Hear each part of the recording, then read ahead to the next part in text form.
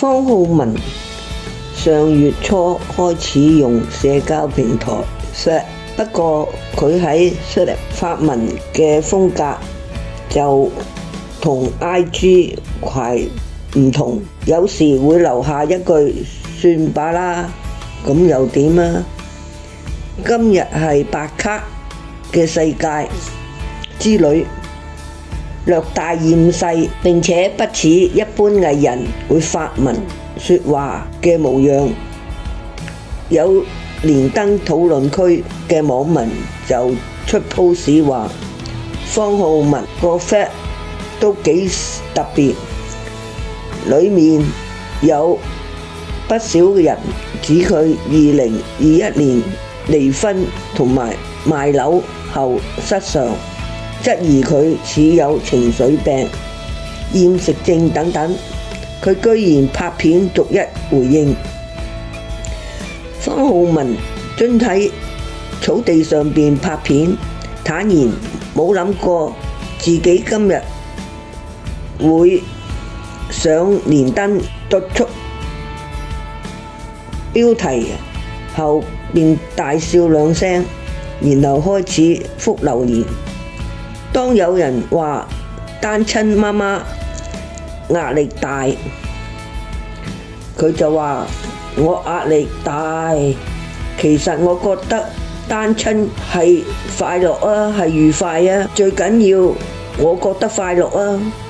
我都唔明白嗰啲人點解要攻擊我。離婚一路到尾先係少數嘅人，咁點解嗰啲人嗰啲少數嘅人要鬧我呢啲多數嘅人？OK，come on，be happy。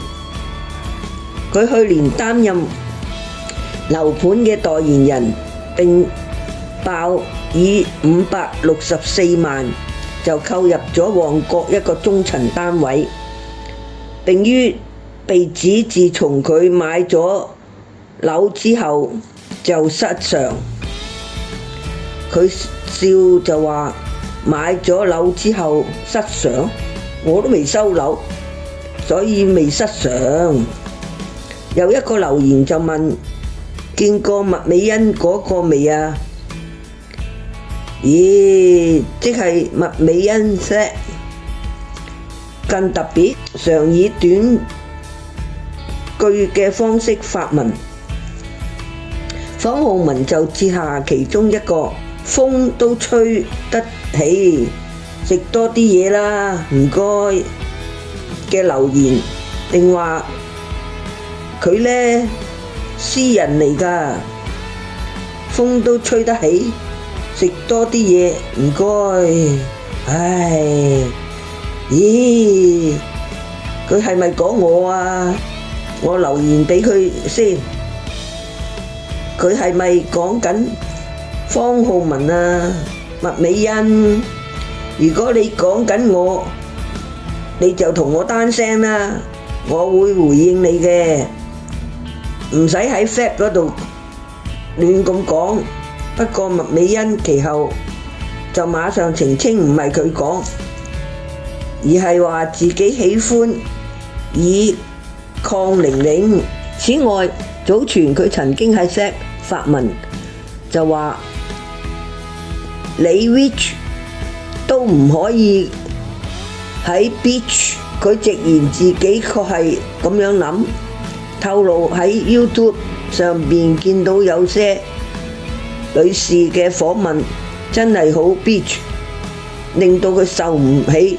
佢仲模仿對方話：我根本就係想靚咯，最緊要有錢，我大把錢，而扮緊做情婦，做出晒名嘅五梳。有人就指方浩文近年常常戴晒佢嘅名牌，整個氣場都變咗似二流，常隔硬走入主流。佢回應嘅時候更順道提及，早前因為上 TVB 而被指變咗佢話每一個人喺唔同嘅階層階段都有自己嘅生活方式。例如有段時間問我去平台唱歌脫粉，我都覺得脫得精彩，脫得利落。如果大家走得開心，咪走，最緊要係有得揀。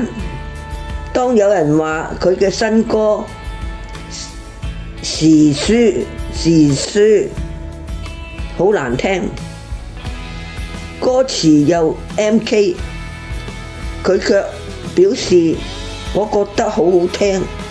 每個人鍾意嘅嘢都唔同，但我覺得最緊要呢個樂壇係有好多啲人敢去寫啲自己覺得有興趣而有感而發嘅嘢，或者有一日你覺得好乸好聽，你又點知呢？